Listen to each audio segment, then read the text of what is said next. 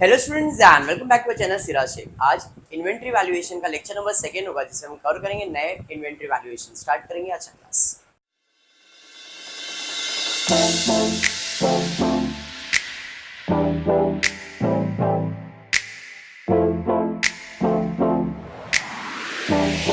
देखो, in the previous class मैंने आपको इन्वेंट्री वैल्यूएशन के बारे में एक्सप्लेन किया था, जिसमें हमने दो मेथड देखा था। पहले मेथड का नाम था फीफो और दूसरे का नाम था वेटेड। फीफो का मतलब फर्स्ट इन फर्स्ट आउट और वेटेड मतलब एवरेज आएगा, मिक्स करो और फिर बेचते रहो।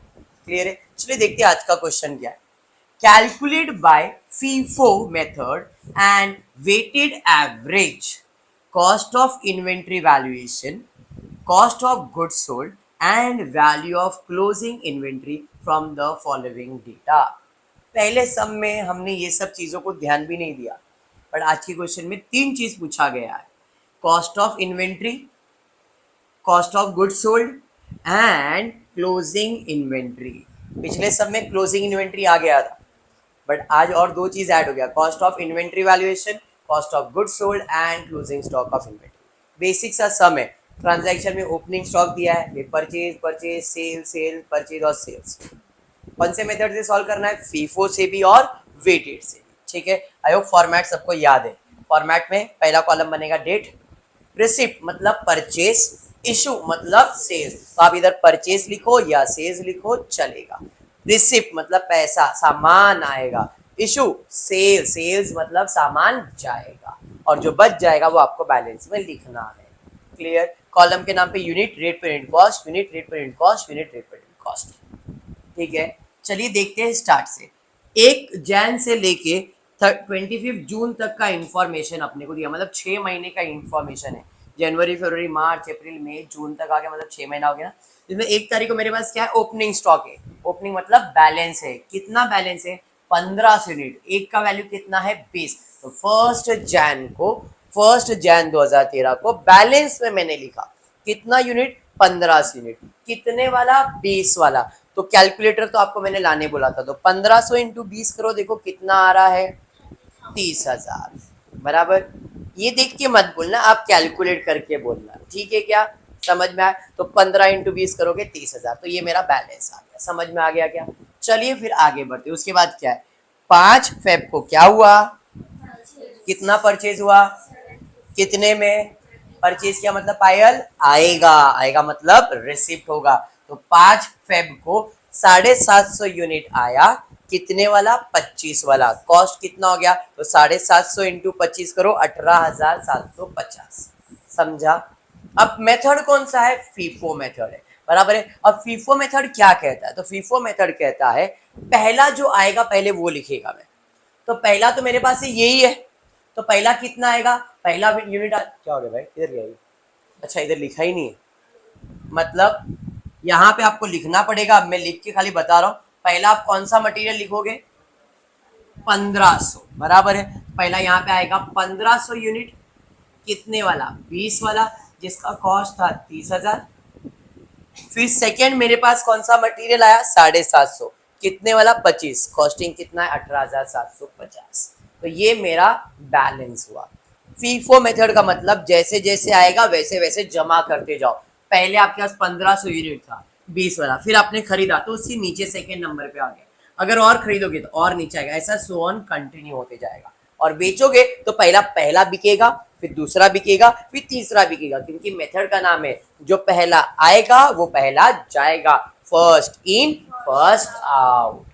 क्लियर है क्या? पक्का? चलिए, अब वहां पे लिखा नहीं, बट मैंने आपको लिख के बता दिया क्या है, तो भाई मेरा बैलेंस हो गया। अभी उसके बाद क्या होने वाला है? 10 मार्च को फिर से मैंने परचेज किया। कितना? 600। कितने वाला? 22 वाला। तो परचेज किया है 600 यूनिट, 22 वाला 13,200। तो बैलेंस कितना है? तो पहले 1500 था, सेकेंड 750 था, और तीसरा कितना था? 600। तो मेरा पहला बैलेंस है 1500, 20 वाला 13,200, 13,200, 30,000। ये देखो कॉपी पेस्ट, ये ऐसा ही है। इधर आने वाला है 30,000। दूसरा है 750 वाला 18,750, और 600 13,200। बैलेंस समझ में आ गया क्या? बैलेंस समझा क्या है? चलिए 10 तारीख के बाद क्या है? 15 मार्च क्या होने वाला है? सेल्स। कितना? कितने में? इंपॉर्टेंट नहीं है। सेलिंग प्राइस इंपॉर्टेंट नहीं होता है। कितना बेचने का? 1800। मेरे पास बैलेंस कितना है? पहले 1500 है, फिर 750 है, फिर 600 है। 1800 बेचने के लिए पहला कौन सा बेचना पड़ेगा रिया? मुझे पहले 1500 बेचना पड़ेगा। अभी और कितना बेचने का है? 300। 300 किस में से बेचूंगा? 750 में से। बात समझ में आया? तो यहाँ पे आ जाऊंगा बैलेंस में। तो मैं सेल्स कर रहा हूँ, पहले 1500 बेचूंगा 20 वाला, फर्स्ट जो आया था वो गया, 30,000 आएगा। यहाँ पे करेक्शन है, यहाँ पे आएगा 30,000। समझ में आ गया? उसके बाद 750 में से कितना जाएगा? 300, क्योंकि 1800 बेचने का ना, तो 300 इंटू 25 करके देखो 7500 आएगा। ये करेक्ट है। समझ में आया? अब मेरा बैलेंस कितना है? ये तो चला गया। इसमें से कितना गया? 300 चला गया। बचा कितना अपने पास? इसमें से अगर 300 गया तो कितना बचा? 450। कितने वाला? 25 वाला। उसका कीमत आया 11,250। समझा? मल्टीप्लाई करके चेक करना। ये तो 600 जैसा है वैसे ही है, तो 600 इंटू 22 किया 13,200। क्लियर? समझा है? पक्का समझा? चलिए, तो ये मेरा बैलेंस हो गया। 15 के बाद 12 अप्रैल क्या हो रहा है? सेल्स कितना? 750 भाई। 12 तारीख को सेल 750, बट मेरे पास पहला तो 450 है, तो पहला 450 जाएगा, 25 वाला गया, 11,250। बेचना कितना था? 750। बेचा कितना? साढ़े। और कितना बेचना पड़ेगा?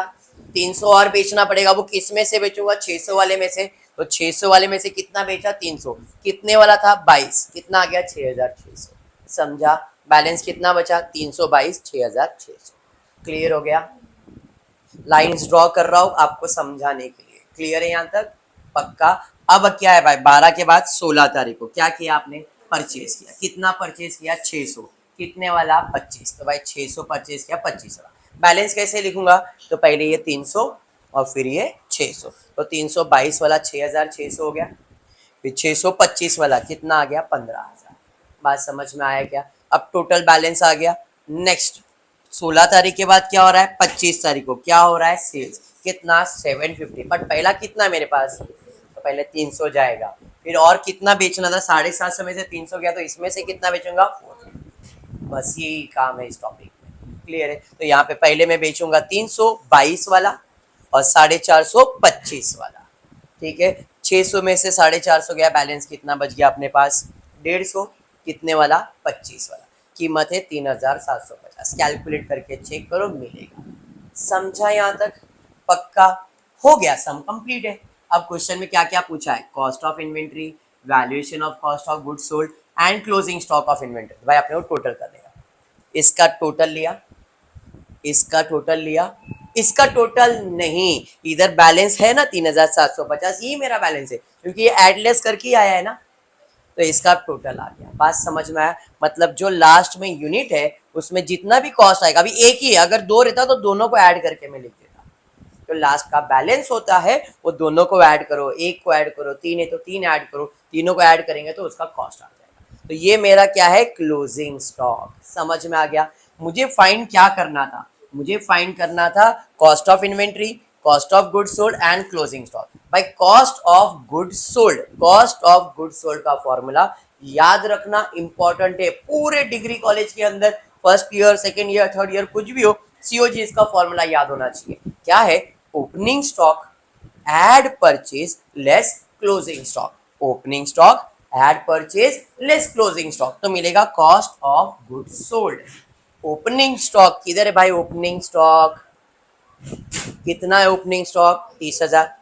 परचेज कितना है? 46,950। क्लोजिंग स्टॉक कितना है? 3,750। तो भाई opening stock 30,000, add purchase 46,950 less closing stock 3,750, balance कितना आया? 73,000। समझ में आ गया क्या? उसके अलावा पूछा है value of cost of inventory. Value of cost of inventory कितना है? 3,750। सर और एक चीज पूछा था ना, cost of inventory valuation. Inventory valuation का कॉस्ट सबका निकाल दिया ना मैंने। परचेज का कॉस्ट निकाला, सेल्स का कॉस्ट निकाला, बैलेंस का भी कॉस्ट निकाला, तो तीनों कॉस्ट आ गए। Total cost, cost of goods sold and value of closing stock. समझा? अब सेम क्वेश्चन रहेगा, बट देखो इधर आ गया 30,000 वाला। चलो ठीक है, अब सेम क्वेश्चन रहेगा बट अभी कौन से मेथड से करने वाले, वेटेड एवरेज मेथड। वेटेड में टेबल छोटा बनता है क्योंकि अपने को ऐड करके डायरेक्टली करना होता है। समझ में आया? चलिए वेटेड में जाएंगे। पहला है ओपनिंग, सेम प्रेजेंटेशन आएगा 15 इंटू 20 30 बराबर है यहाँ तक, इसमें कुछ भी डाउट? डन यहाँ तक। फिर क्या किया आपने, परचेज किया। कितना परचेज किया है, 750, तो भाई परचेज किया 750। Very important. यहाँ पे क्या है, unit unit cost cost, unit unit cost cost. Purchase है तो ऐड, सेल्स है तो माइनस। जैसे फीफो में क्या है, लिखते जा रहे थे, पहला आया तो पहला, दूसरा आया तो दूसरा, तीसरा आया तो तीसरा, और फिर बेच रहे तो पहला बेचो, फिर दूसरा बेचो, फिर तीसरा बेचो। बट वेटेड में क्या करने का पायल, परचेज है तो ऐड, सेल्स है तो माइनस। यूनिट को यूनिट में ऐड करेंगे मेर, और सेल्स को सेल्स में। अब मैंने क्या किया, परचेज किया तो क्या करूंगा, ऐड 1500 का यूनिट, 750 का यूनिट, यूनिट को यूनिट में ऐड करेंगे, 30,000 का कॉस्ट, 18,750 का कॉस्ट ऐड होगा। तो 1500 प्लस 750 करेंगे, 30,000 प्लस 18,000 करेंगे, तो 1500 प्लस 750 करेंगे 2250, 30,000 प्लस 18 48,750। समझ में आ गया? ये रेट पर यूनिट नहीं दिया है, वो हम फाइंड करेंगे कैसे। तो 48,750 डिवाइड बाई 2250, चेक करो कितना आ रहा है, 2167 आता है क्या? हाँ आएगा। बात समझा? वेटेड में क्या हुआ, समझ में आया? वेटेड में हम क्या करते हैं, दोनों को ऐड कर देते हैं, परचेज है तो ऐड और सेल्स है तो माइनस। ठीक है मीर? मीर 5 तारीख के बाद क्या होने वाला, 10 तारीख को परचेज करेंगे। कितना परचेज करेंगे, 600। कितने वाला, 22 रुपए वाला। तो 600 परचेज किया, 22 परचेज किया, मतलब पायल क्या करेंगे, ऐड। परचेज है तो ऐड, भाई ऐड करेंगे यूनिट को यूनिट में, कॉस्ट को कॉस्ट में। तो भाई 2250 में 600 ऐड होएगा, 2850 होएगा। 13,200 प्लस 48,750 61,009। समझा? हाँ या नहीं? चलिए ठीक है। अब क्या हो रहा है, 15 तारीख को सेल्स कितना, 1800। अब इधर सोचने का है कि किसमें से बेचने का है। फीफो में सोचना पड़ता है, अरे पहले में तो 15 है तो दूसरे वाले में बेचेंगे, तीसरे। इधर ऐसा कुछ सोचने का है कि नहीं, बहुत सामान है अपने पास, इसमें से कितना बेचने का है, 1800 बेचने का। तो भाई 15 तारीख को सेल्स करे, कितना, 1800। सर इधर कीमत दिया है 30, सेलिंग प्राइस इंपॉर्टेंट नहीं होता है, कॉस्ट प्राइस जितना उसका ईयर एंड का कॉस्ट है वही सेम यहाँ पे आएगा। तो 1800 इंटू 2174 39,126 आएगा। मल्टीप्लाई करके चेक कर लो, 1800 इंटू 2174 39,126 आएगा। ठीक है।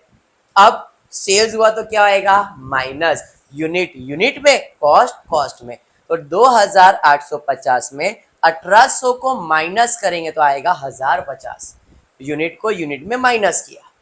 अब कॉस्ट को कॉस्ट में माइनस करेंगे, 61,950 में 39,126 माइनस करेंगे तो आएगा 22,824। आ रहा है क्या, देख लो कैलकुलेटर आप लोग के पास है। 61,950 माइनस 39,126 22,844 आ रहा है क्या, 824 आ रहा है, अलग आ रहा है? हाँ अलग आ रहा है तो अलग आएगा, बराबर आ रहा है, बराबर आ रहा है। अब किससे डिवाइड करेंगे, 1050 से डिवाइड करेंगे रेट पर यूनिट निकालने के लिए।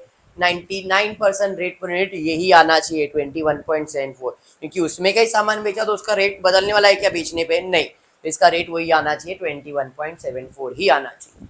नहीं आ रहा है मतलब गड़बड़ है। समझा आपको?